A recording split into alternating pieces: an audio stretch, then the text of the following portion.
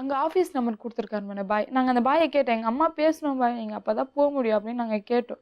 அதுக்கு அவர் பண்ணி குடுத்தாரு. நைட் 9 மணிக்கு தான் நீங்க பேச முடியும் அப்படின்னு எங்கள மிரட்டினார் மேடம்.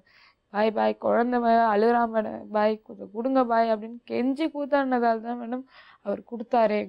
இப்ப அம்மா எங்க இருக்கேன்னு சொன்னாங்களா உங்கள்ட்ட ஃபோன் பேசும்போது? ஓமன்ல இருக்கேன்னு சொன்னாங்க. எந்த இடத்துல இருக்கேன், யார் வீட்ல இருக்கேன், ஏதாவது வீட்ல எல்லாம் இல்ல மேடம். ஒரு குடோன் மாதிரி மேடம். அது ஒரு காட்டுக்குள்ள ஒரு குடோன் மாதிரி இருக்கான். அதுல 25 பேர் அடைச்சு வச்சுட்டு அத பாத்ரூம் தண்ணியே எடுத்து குடிக்கணுமா, நைட் ஒரு வேளை மட்டும்தான் சாப்பாடாம், அவங்க சொல்ற வேலை செய்யலைன்னா அடிப்பாங்களாம். என்ன வேலை? அதான் மேடம் பொம்பளைங்களை தப்பான தொழிலுக்கு அனுப்புறாங்க மேடம். பிராத்தல் பண்ண சொல்றாங்க மேடம் அவங்க. அம்மா செய்ய மாட்டேன்னு சொன்னதுக்கு 3 நாள் ரூம்ல வச்சு அடிச்சாங்களாம் மேடம். மூக்குல வாயில ரத்தம் வருதா மேடம். அப்ப உங்க அக்கம் பக்கத்துல இருக்கிறவங்க எல்லாம் இந்த நாசர் பாய் கேட்கலையா? எல்லாரும் கேட்டோம் மேடம். எல்லாருமே கேட்டோம். நான் உங்க அம்மாவை கூப்பிட்டேன்னா நான் செலவு பண்ணி அனுப்பிச்சிருக்கேன், எனக்கு 1.5 லட்சம் வேணும் அப்படின்னு சொல்றாரு மேடம் அவரு. 1.5 லட்சம். நீங்க எவ்வளவு பணம் கொடுத்தீங்க? நாங்க 1 ரூபாய் கொடுக்கல மேடம் அவர்கிட்ட. எங்ககிட்ட 1 ரூபாய் இல்லை.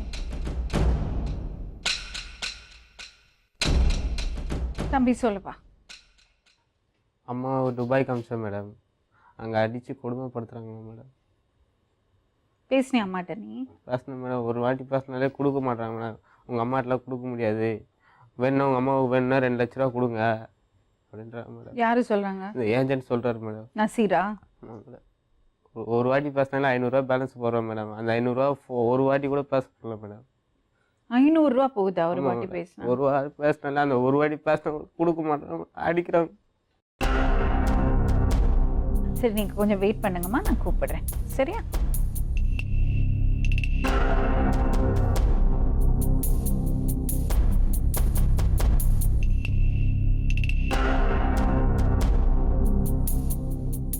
எங்கள் வீட்டில் வந்து அரேஞ்ச் மேரேஜ் தான் பண்ணாங்க. பண்ணி கல்யாணம் பண்ணி வச்சாங்க. எங்கள் வீட்டில் வந்து ரொம்ப கஷ்டம். பசங்களுக்கு வந்து படிக்க வைக்க முடியல என்னால்.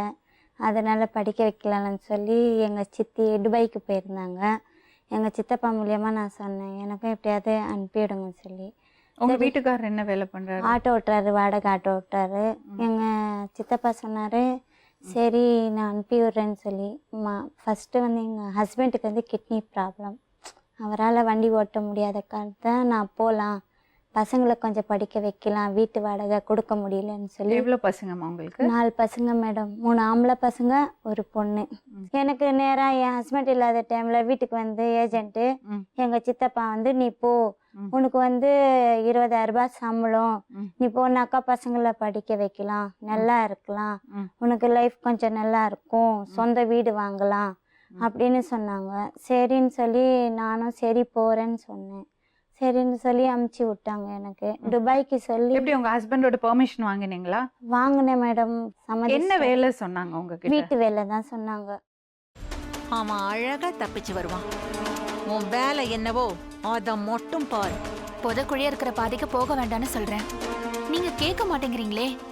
எல்லாத்துக்கும் கடைசியா ஒரே ஒரு வார்த்தை சொல்றேன் அத்தை, தெய்வம் கொடுக்கறத யாராலையும் தடுக்க முடியாது. தெய்வம் கொடுக்க மறுக்கிறத யாராலையும் கொடுக்கவும் முடியாது. தங்கதுரைக்கான தண்டனை ஆண்டவனோட கைவசம் தயாரா இருக்கு. முடிஞ்சா நீங்க காப்பாத்திக்கோங்க.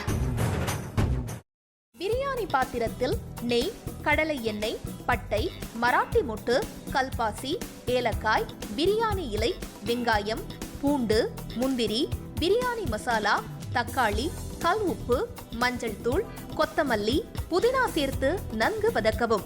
பின்னர் மட்டன், தயிர், சிறிது தண்ணீர் ஊற்றி கலந்து அதனுடன் சீரக சம்பா அரிசி சேர்த்து கொதித்த பின் பச்சை மிளகாய், புதினா சேர்த்து இறுதியாக தம் போட்டு இறக்கினால் சுவையான கொங்கு நாடு வெள்ளை மட்டன் பிரியாணி தயார். இப்போ உனக்கு கால் உடைஞ்சிருக்கும். தனோ பார்த்து சூதானமா நடந்துக்கோ. இந்த வீடு பயங்கரமான காடு மாதிரி, யாரு யாரு அழிப்பாங்கன்னே தெரியாது. அக்கா, இப்ப நான் என்னக்கா பண்றது? யோசிக்கவே யோசிக்காத. உன் புருஷன் தலையில நறுக்குன்னு 4 கொட்டு கொட்டி சம்மதிக்க வச்சிரு, புரியுதா?